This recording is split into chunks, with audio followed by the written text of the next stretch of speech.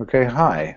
This is Jeffrey Tucker. I'm so glad to be at this conference and be invited to speak to you today about the importance of freeing your mind first. A little bit about myself. I'm coming to you today from Atlanta, Georgia. I'm speaking from the offices of the Foundation for Economic Education. I'm also the founder of Liberty.me and sort of the guy who originally conceived of this platform that's bringing you this wonderful conference today. So, and author of this and that.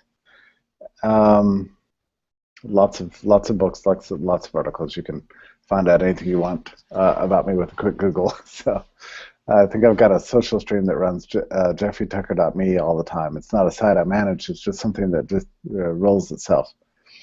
So I'm really happy about the topic today because it's something I've been thinking a lot about and something we all think about, which is what is the kind of difference we can make in the world, and why does understanding liberty matter? How does it relate to your life, and what can you do with the ideas that you learn? The context here is that we live in, on one hand, the best times, and the other hand, the worst times. So, from the best times point of view, poverty's never been as low as it is in the world. War's never been less prevalent. Lifespans are increasing. We have information technologies that would have been unimaginable even, you know, 10 years ago, even 5 years ago. It's overwhelming what the information age has unleashed. It's fundamentally transformed our lives, the digital age. We have so much access to so much, and it's breaking down old structures, nation states, borders, language barriers, access to essential things in life. It's all changed for us in this generation. This is in many ways the age of enlightenment, new enlightenment like we've never seen before. The age of light, really. A coming together, access to knowledge and ideas like we've never seen before. And people underestimate the implications of this. A major factor in economic growth, going back to the earliest times, is information access. The more we can learn from other people, the more we can do ourselves. None of us is an island. We can't, on our own, build a civilization. We have to cooperate with other people, learn from others, divide up the labor. So the more extensive the division of labor is, and the more extensive and global the division of knowledge is, the more likely it is we're to overcome the state of nature. The state of nature is, as Hobbes said, life is brutal and short and impoverished and deprived of all essential things. Civilization is long lives, happy lives, where we have access to everything, to what we need, all essentials and plus luxury goods. And humankind has never been better at doing that than today.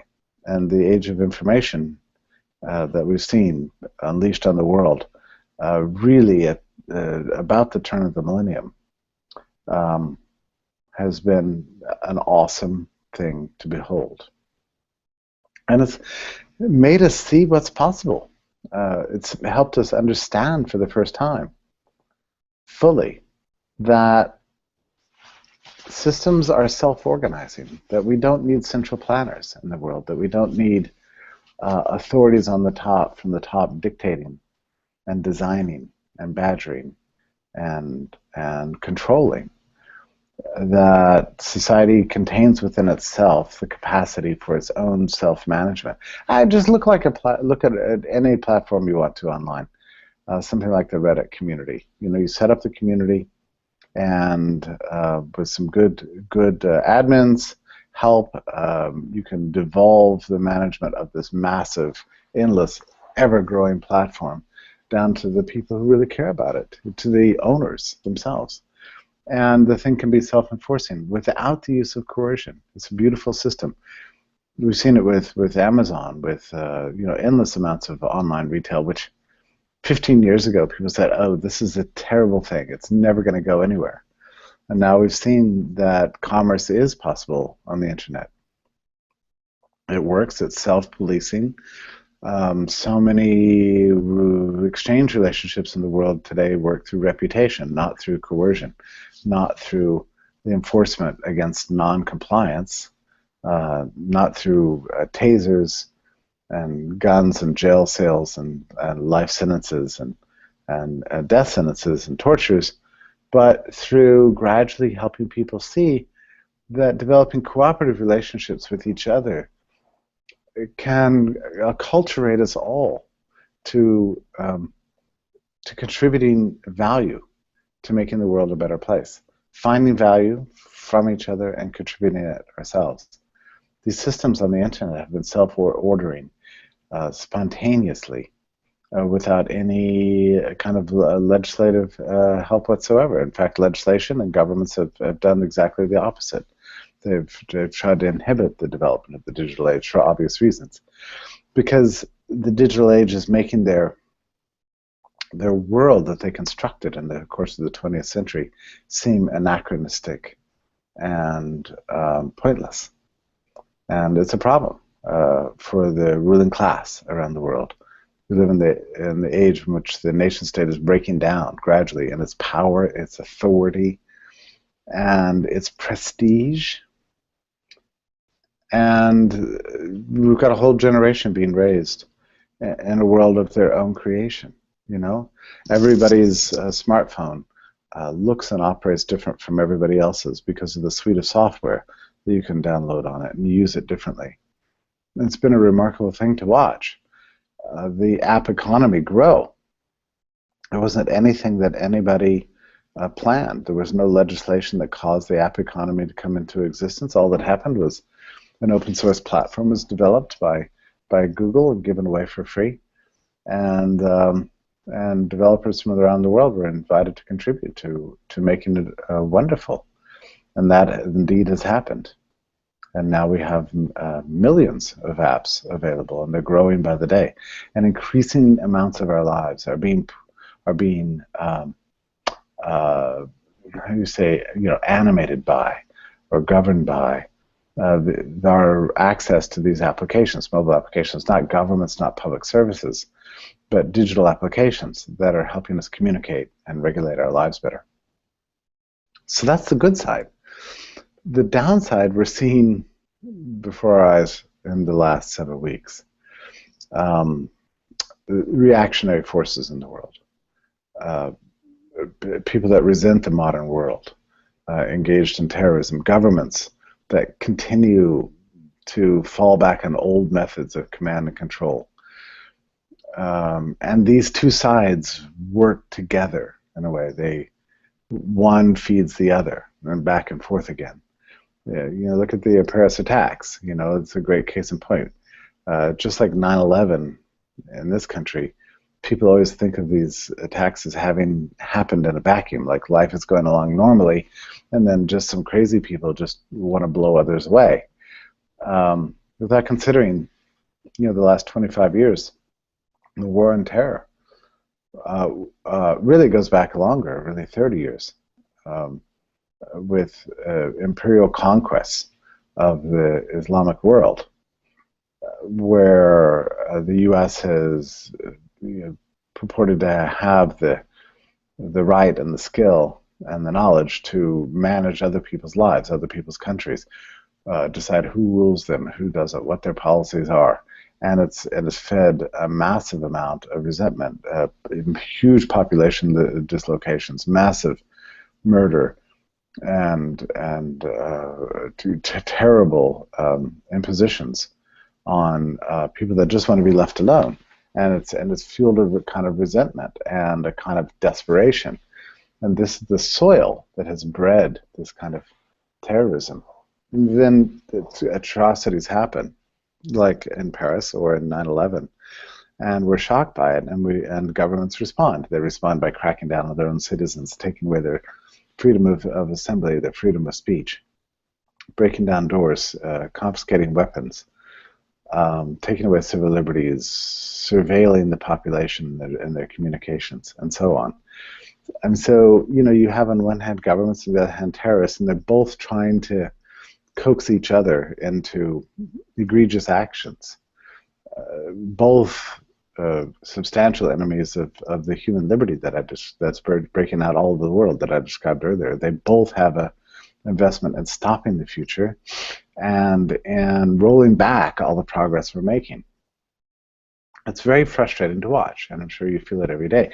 And as I'm speaking to you now, you can see that things are intensifying with the U.S. allied Turkey shooting down a Russian plane. It's a kind of an act of war. One hopes for a diplomatic solution to this, but this also, history teaches, this is how world war starts. So how close is that? I don't know. Humankind has a remarkable capacity for throwing away extraordinary opportunities for peace and prosperity. We've done it before, and we can do it again. At the end of the 19th century, it seemed the same way, that we had found the tools to live peacefully and prosperously, as a global community. We threw it all away with the bungling disaster of World War One. So, are we going to do the same thing in the new millennium? Is that where we're headed? I mean, we can't rule it out, and it would just be, the great tragedy of human history to see something as reactionary and horrible and unnecessary as more bloodshed in a time when we have now so many tools available to us to achieve peace and prosperity and global understanding without human conflict. And it's shocking, because who's in charge of making these decisions? It's not you and me. We're not going to be the ones that will decide the fate of the world. The people in charge are governments, and the people that the governments are responding to. They're the main actors on the world stage today. So the people that have the least investment in peace and prosperity are charged with the task of deciding whether and to what extent we can have peace and prosperity. It's a very frustrating situation for all of us. And you know this if you've read in the literature of liberty and know about the history of liberalism and have a civilized understanding of the way the world works. And the question is, what to do about it? And many people have different answers. When you're in college, you think your first response is activism. I'm going to raise my voice. I'm going to get involved in protest movements. And I'm going to write articles. I'm going to write books. And that sort of thing. And it's all, you feel very empowered, and you feel like this is my time and I'm going to make a difference in the world. But you gradually discover that it's not making a difference, that governments don't care what you think, that you're not in charge, that in many ways democracy is illusory. It's something that we're promised but never actually given. Human populations have very little control over the policies of the governments under which they live. Most of us are unempowered. All classes, all races. There's a lot of talk today about who's the greater victim.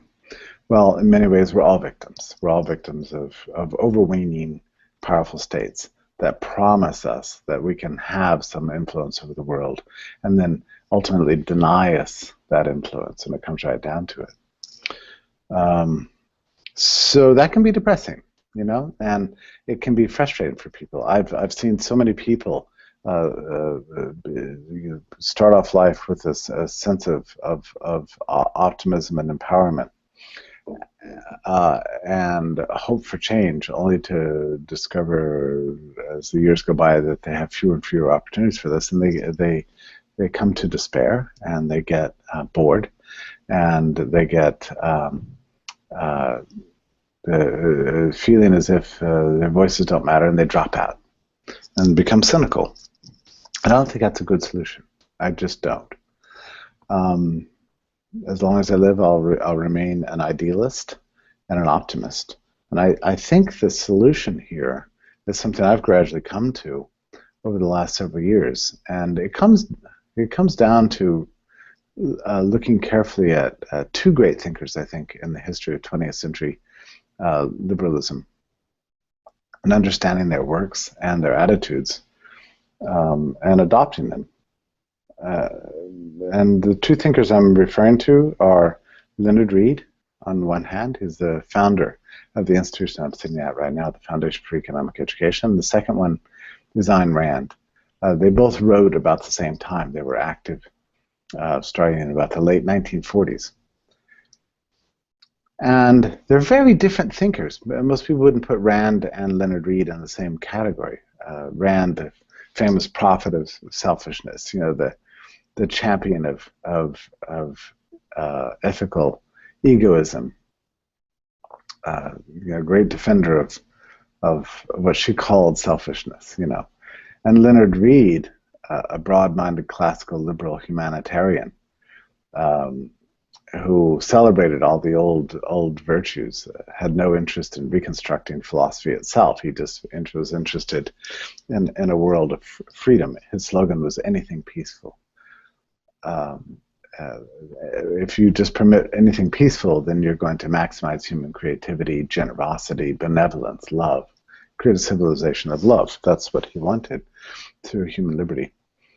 I think what they both had in common was something very important, very profound. Both of them saw that the great project of human liberty was not primarily political. The great project of human liberty is primarily personal. That you have to look within yourself and discover ways that you yourself can be as free as possible. And that liberty builds outwards from the individual to the society at large through many stages and steps. And I think this is something that is often forgotten or is neglected. If you start as a political reformer, you will fail. But if you start as a personal reformer and influence others, then over a long period of time, you can have the kind of influence that changes the social order. So I think it's very important to not neglect that step, the personal.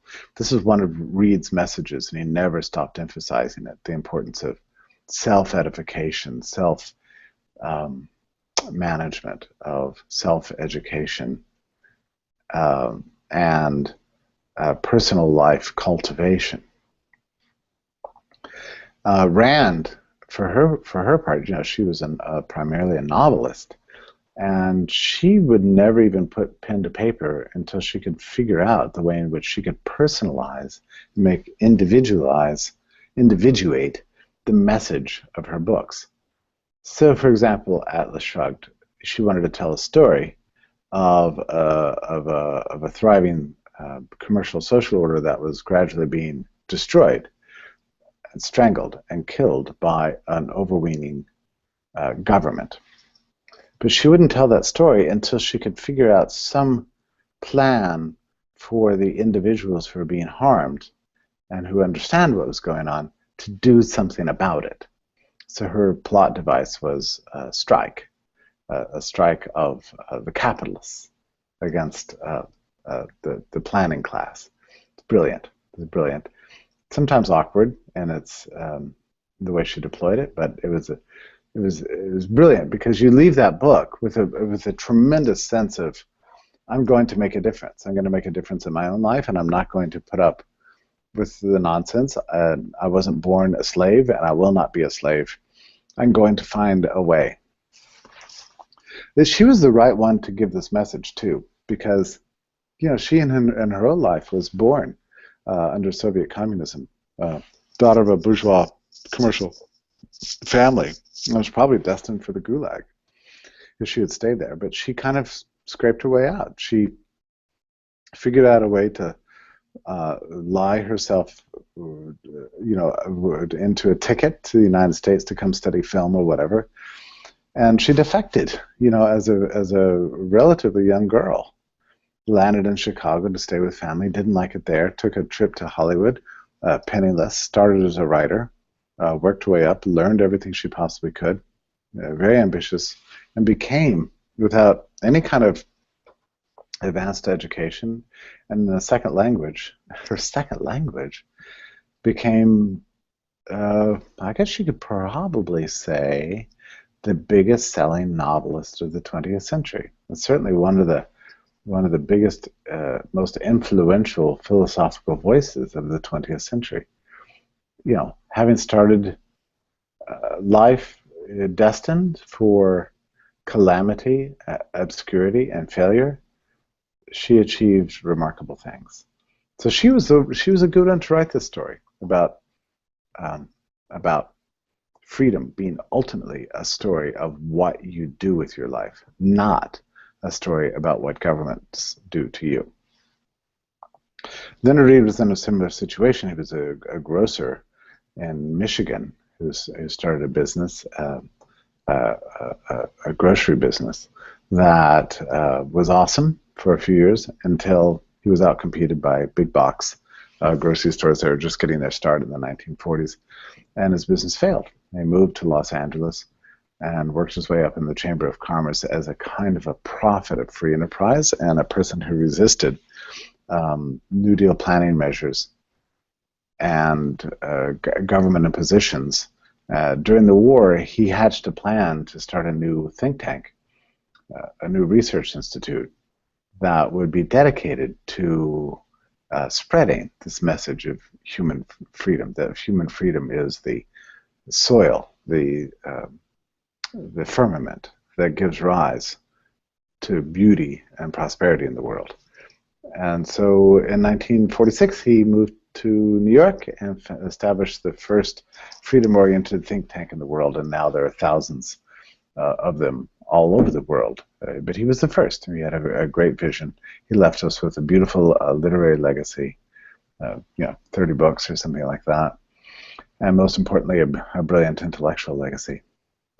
But he too understood that that freedom is not an abstraction. It's not something that we just sit around hoping that the government will give us.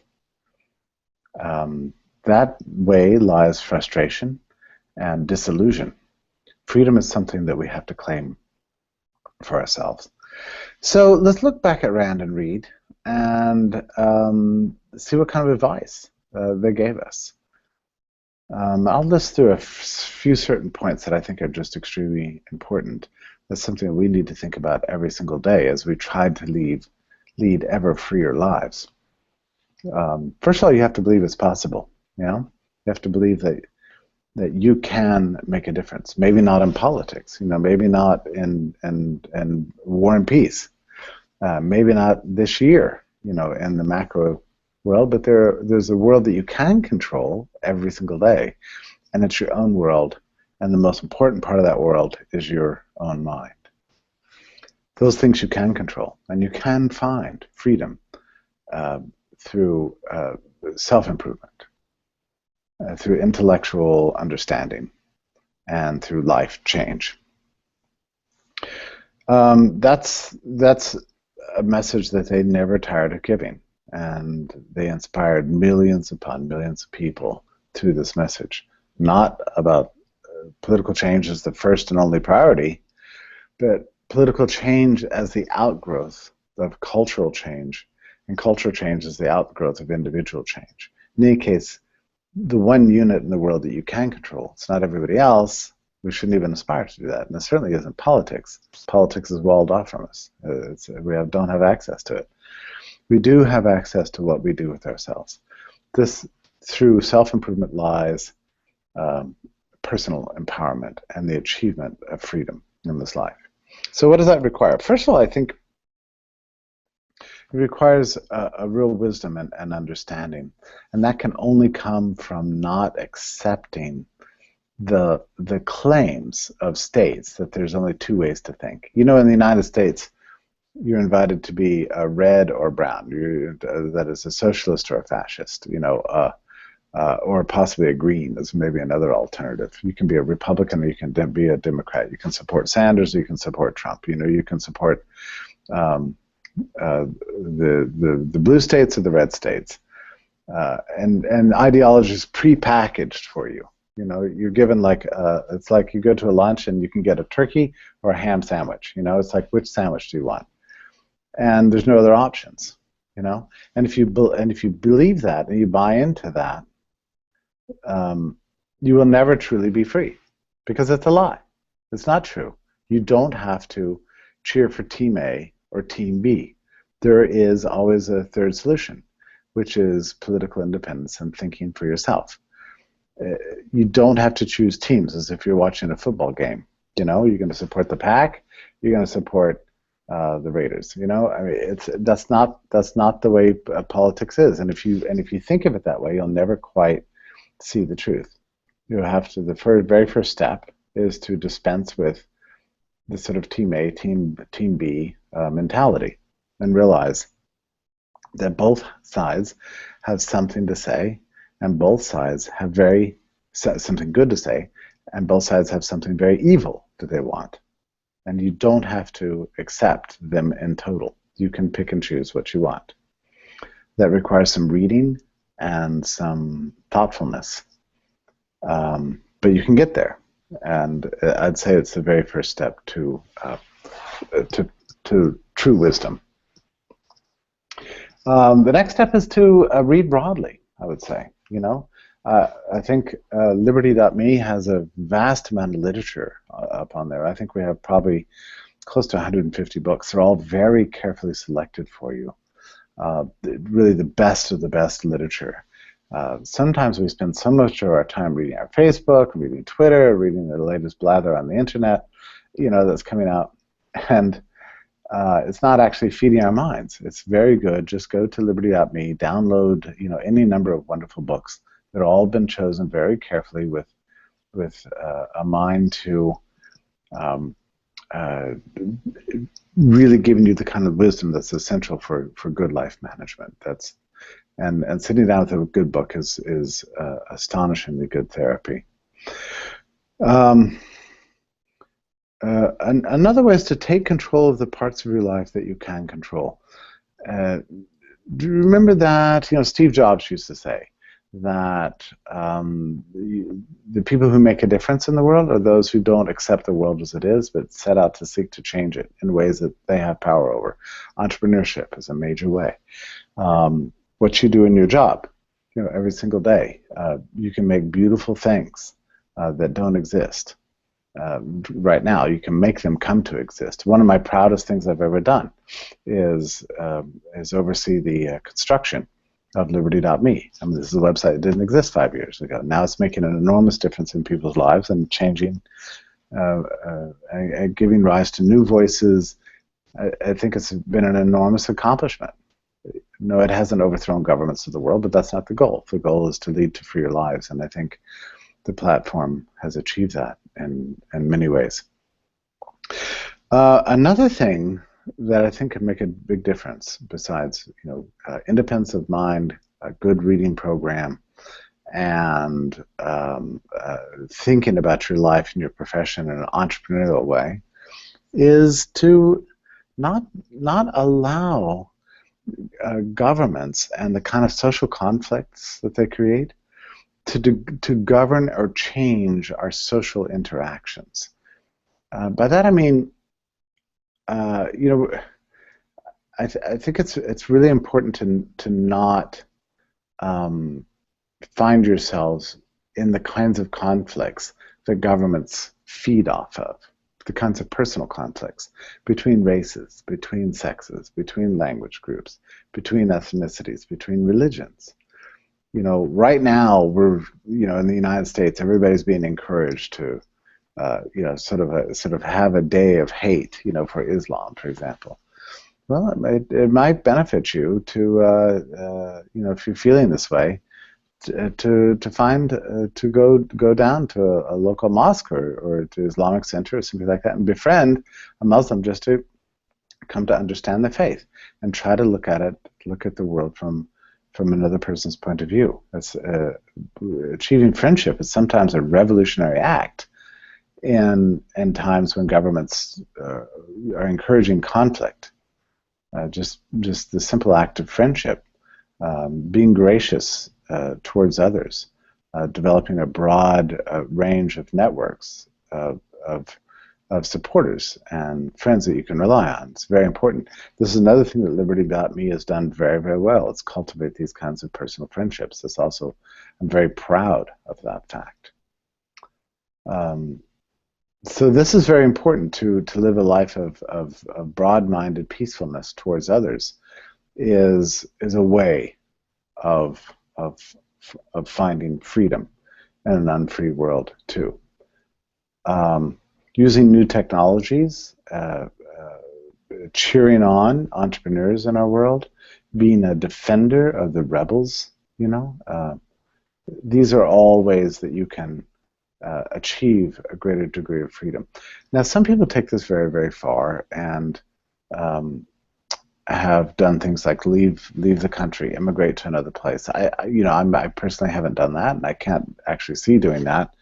But I must tell you that for me personally, one of the great freeing experiences of my own life has been travel, to go to other countries and see the way other people do things and experience life, outside the context of the nation state that requires getting a passport, getting on a plane, going somewhere else and throw yourself into another culture that can change your outlook and help detach yourself from the daily events of civic life. Another thing is actually to be less attached to the news and to the conflicts. The media feeds on conflicts. That's what they want more than anything else. To go to schedule periods in your life, whether it's days or certain hours in the day, or maybe it's weeks at a time, where you really do detach yourself from being plugged into this machinery of the life of the civic culture, which is designed to lead you to depression and despair, and instead go through your life looking for the beautiful things all around you. There's so many beautiful things that are happening in your world, mostly through commercial sector. To go across the street to the merchant selling lunch, or to somebody who's running a hardware store, or a simple worker on the floor below you, and marvel at their lives and their accomplishments and their skills and how it works together with so many other people to benefit others. Just to take notice of these wonderful things around you can have a freeing effect on you and help feed your mind. Again, I'm so proud of Liberty.me because we have fostered these kinds of attitudes and these sorts of approaches. Really, I think the obligation to secede, it's an old classical liberal idea, to detach yourself, from the state, is ultimately a mental secession. We all have to go through it. And it's something that's an ongoing process. It doesn't just happen once. It's something we have to do every day.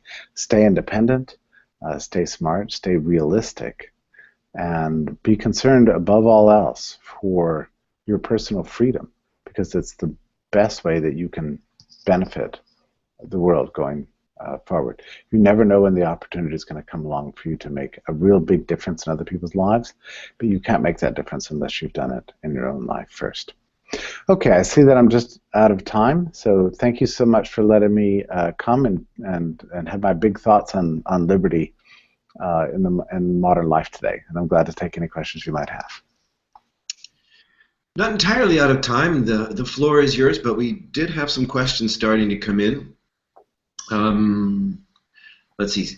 I don't remember who asked, but somebody wanted to know what you think are the best ways of spreading the Liberty meme, especially when you're fighting against a believe me or die meme.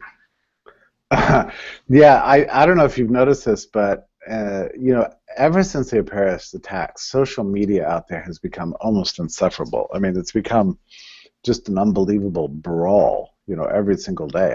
I find it more and more depressing. I mean, the extreme left and the extreme right are being unleashed all over the place. On Twitter, I find myself banning people, just all the time, because by the way, I have a zero tolerance attitude towards harassment on social media, and everybody has to make their own decisions about this. But I've gradually decided over time that if somebody is harassing me or insulting me or something like that on Facebook or Twitter, you know, I just get rid of them. So, I just don't have time for this, and that has helped so much. Above all else, I mean, spending time on Liberty.me always lifts my spirits. I'm not sure that sharing um, aggressive memes on social media is very convincing, but engaging people with and being a good example of reasonableness, of tolerance, of broad-mindedness can sometimes make the biggest possible difference. Screaming, shouting, being belligerent, I don't think is ever useful for convincing anybody. Being a good example of reason, a good listener, to point to rationality and clarity. Um, I think is probably the best way. I've won more hearts and minds towards the cause of human liberty through just being, a reasonable person than I have through, sharing aggressive memes about anarcho-capitalism. Well, if you think about it, whether you believe in his divinity or not, the carpenter of Nazareth was a person who was a teacher who told stories, who tried to set an example, never coerced anybody, and one of the most successful meme spreaders of all time. And what's interesting about the parables in particular, I love all of them so much. I mean, if you could just sit and read them and reflect on them, and especially it's fun to read a book about the parables. You notice how many of them deal with commercial life. So many of them, the parable of the laborers in the vineyard, the pearl of great price, the treasure in the field, the parable of the talents, slaves and the master. You could just go through the list and you think about the guy who built the houses. There's so many of Jesus's parables deal with commercial themes, and I think there's a reason for this. It's through commerce that the great dramas in life happen. And it's something that we're all engaged in all the time. I mean, these parables mean as much today as they did 2,000 years ago, and that's kind of a remarkable thing. It's pretty awesome storytelling. And also in the commercial world is a great sort of template and terrain for the exercise of personal vices and virtues. So it's a place where we can actually our hearts can change and we can make a difference in people's lives. So commercial settings like that are a perfect occasion for Jesus to give great life lessons. They are wonderful life lessons in the parables. Many of those parables he told, I understand from scholars, were familiar stories, but Jesus added a little bit of a twist on them. So they made them particularly interesting for the people that were listening. But I've long thought that the parables alone, are a good enough, sort of all series of short stories to illustrate the beauties of human liberty and the power of individuals to make a difference in the world. I love the parables so much. I agree. We could probably do a whole hour on that topic alone, but we have some other questions here. Evaldus asks what your take on China's role in the current geopolitical situation is. I have many friends in China today, and of course, I mean, the society is unbelievably prosperous, like never before. We've never seen a case of economic growth to compare with China's over the last 15 years. It's been, unbelievable to see, and it's an illustration of what could actually happen in the developed world if we had more anarchy and less control. I mean, once China sort of released the hand of power from its population, everything just went bonkers, and it's remarkable. All my friends in China are also masters of figuring out ways around the state, and this is what sort of Chinese people have learned to specialize in.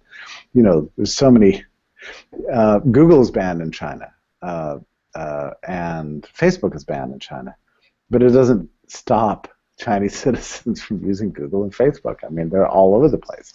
It's a great illustration of the lack of the power of the state. So I'm very optimistic for China, and I don't believe that as a government that's ever capable of, of becoming an imperial power, anything like it was before. I think it's mostly in the mode of commercial production and feeding its own people and continuing the path of progress, which has been intermittent recently. There's talk about a Chinese crash. I don't believe that's going to happen. But I'm super optimistic. Some people speculate that China's GDP is already larger than the U.S., and that very well could be right. It doesn't worry me. I mean, to me, it's another place where Americans can go to if things get too bad here. Like I say, I have friends that are coming and going all the time. I have a good friend who works who's worked for 3 years in Shanghai, and he can't wait to get back to the U.S. He's coming back now. In fact, he's on a flight from Beijing even as we speak, and he's coming to Atlanta. I'll see him in a few days, and I'm going to talk to him a little bit. I'm not sure. Let me refine the question. I'm not sure the questioner meant this, but in terms of your talk about the conflicts and how both sides seem to want us to focus on the negative, what about China's claim over much of the South China Sea and waters that are closer to other countries than them? And are they an aggressor now, or not? I wouldn't say that China is an aggressor, or at least not an aggressor in a way that should concern the U.S. Probably countries in the region can worry about Chinese power, and truly any government. This is one of the great paradoxes of growing economies.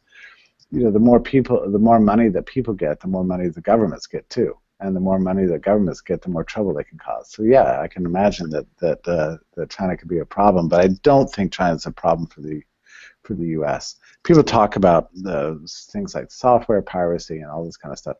I just really don't think it's serious. I mean, you have to remember that the United States is a government that's unleashed on the whole world, just desperately looking for enemies all the time.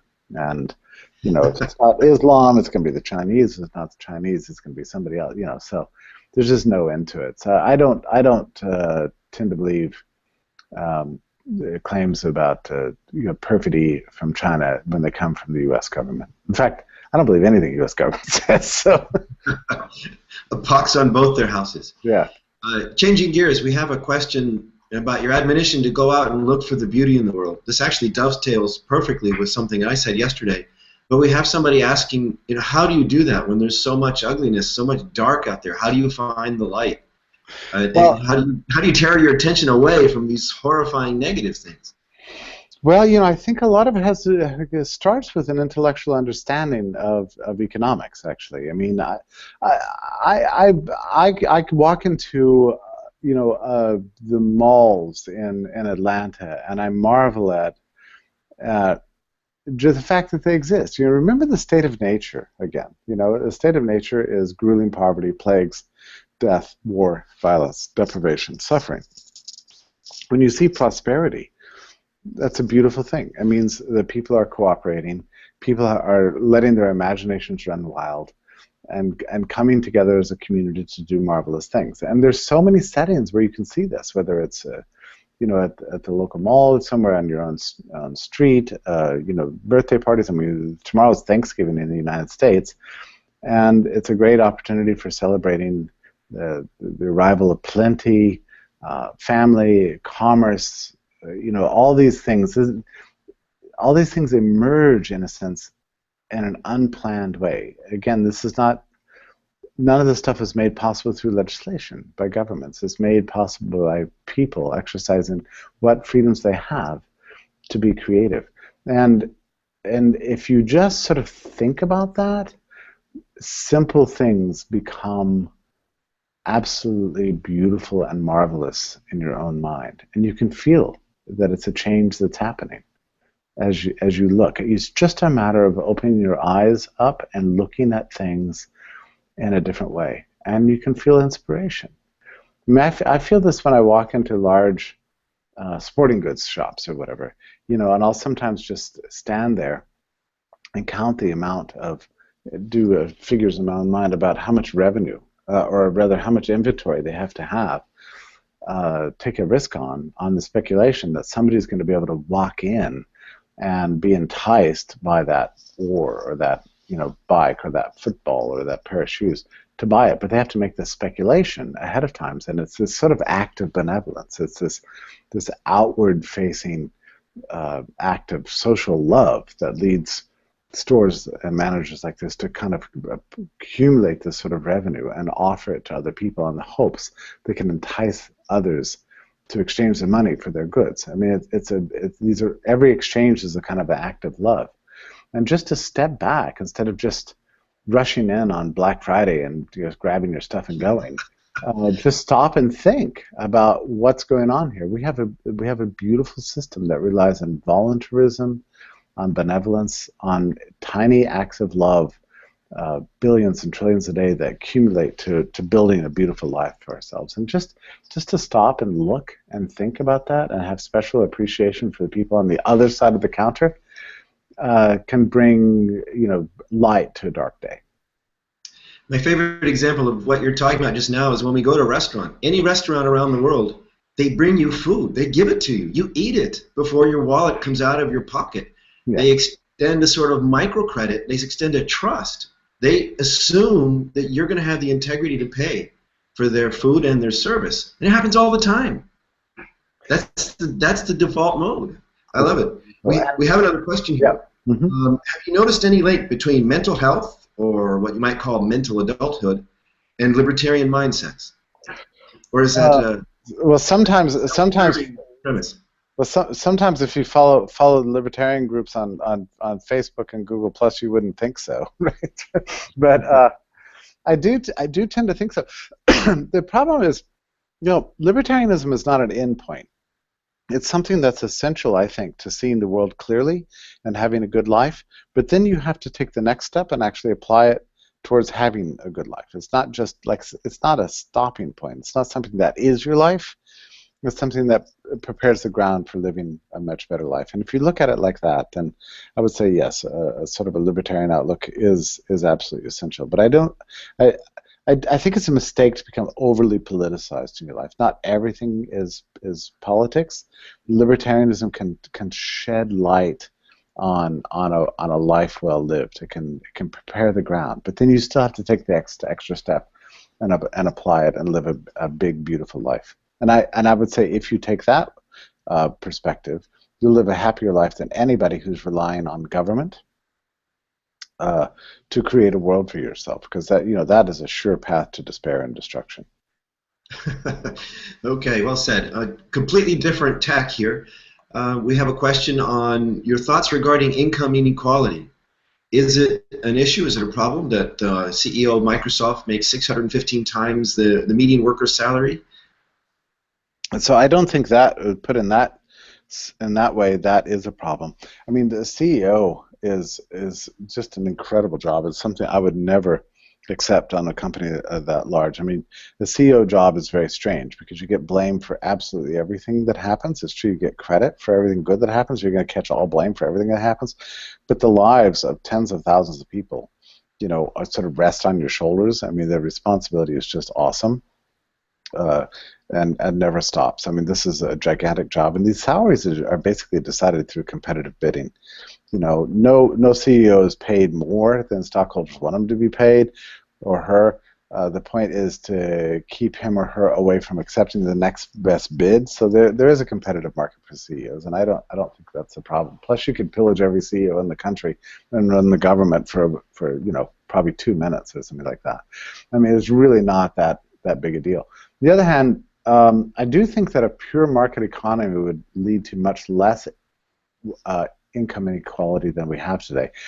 We have, all over the developed world, put in place a kind of ruling class of government-connected specializations. And if you look at the highest income earning groups, whether it's lawyers or doctors or lifetime bureaucrats in the State Department, big-time or politicians, these people, they're all connected to the state in some sense, and these professions are not typically accessible to people who haven't been certified by the state to practice their profession. So there is a sense in which the 1% it's like the ancient world in this way. In the old days, like in Jesus' time, virtually everybody who was rich was connected to some criminal, Uh, that's one reason Jesus could talk so aggressively against the rich, because they typically weren't merchants. They were criminals really. And we're seeing that more and more. I think Rand Paul in the Republican debate last time pointed out that the Federal Reserve increases income inequality, and that's really true. I mean, if you're connected to investment firms that are closely linked to a favorite bond firm that the Fed uses, or is too big to fail, or connected to a stream of income that's an extension of the Federal Reserve's capacity to create unlimited streams of money and credit. Yeah, that's going to produce a kind of artificial income inequality. So to that extent, I think that people's intuitive sense that there's something wrong, I think that's correct. In a pure free market, though, and I don't think that CEO salaries are necessarily a perfect example of that, but they're much closer example than high salaries on Wall Street, for example, and certainly, high salaries of prosecuting attorneys and all the rest of these people. These are all, connected to the state. But in a pure market, there would not be a problem of income inequality to the extent that we have it today, I would say. That's an optimistic interpretation. I look forward to seeing that tested in reality sometime. Rewinding to the first question, actually sort of a part two about orders of priority in securing your own liberty first. And I'm reminded of the title of Harry Brown's book, How I Found Freedom in an Unfree World. Do you think that's really possible? Can people really live a freer life when the governments are growing more powerful and intrusive and surveilling and all this stuff going on?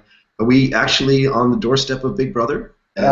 Yeah, I do think it's possible, and not only that, but it's the only path forward. We have to remember the thing that every system, the thing that we learned from the Hunger Games series, for example, is that every system has a flaw. No government controls the whole of life, and it's just not possible for any government to control the whole of life. There are always zones of freedom. You just have to be smart about finding them. You have to find the loopholes, and be clever about it, and not let yourself believe that the government is completely and wholly in charge of every aspect of life. It's just not. You've got to be wise and clever and figure out workarounds. This is how all the great entrepreneurs of our time are figuring things out. I mean, you look at a company like Uber is crushing taxi cab monopolies all over the world, and it's doing it just by finding loopholes in the law and figuring out technological workarounds for them and changing the world. And most of the entrepreneurs of our time are doing this. They're getting around regulations rather than just complying with them. They're challenging them directly by creating great technologies that are causing governments to kind of back down. And this is heroic work. We face terrible barriers in our time, but there's no barriers the government erects that are ultimately insurmountable. The human mind is vastly more creative and productive than any government bureaucracy. It's just you have to think about it really carefully. Sometimes it takes time, but you'll figure it out one way or the other. I saw your Hunger Games message email today, and I thought of a different science fiction connection when Princess Leia tells Governor Tarkin in the first movie that the tighter they squeeze their fist, the more systems will slip through their fingers. Oh, that's a beautiful line. I like that. Yeah, that's really nice. That's exactly what happens in Hunger Games. There's that great scene, I think, is in the second movie, where this is the second time she's in the games, and she's told that every system has a flaw, and she shoots her arrow up to the dome and breaks it and cracks it, and the whole thing comes cracking down. That was a wonderful scene. I just was so inspired by that. That's what great entrepreneurs do. They figure out the way around the bureaucracy.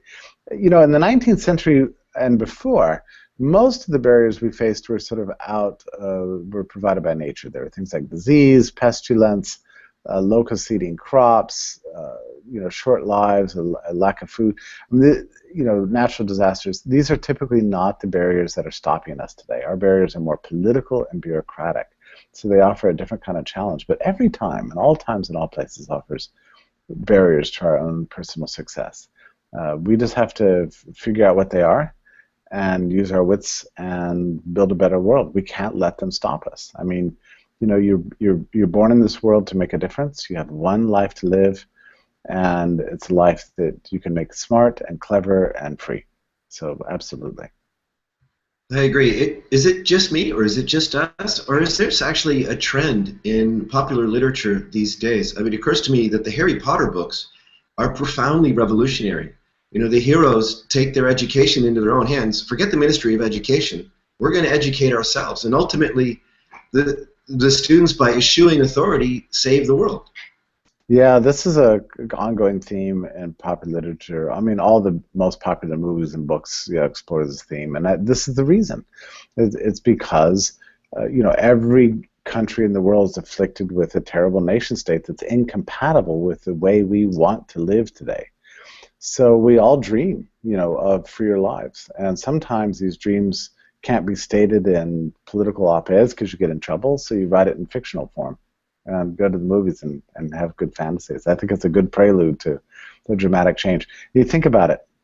You know, back in the 1940s, most of the popular literature was dreary and horrible and depressing. It was about how power was taking over, and there was nothing we could do about it.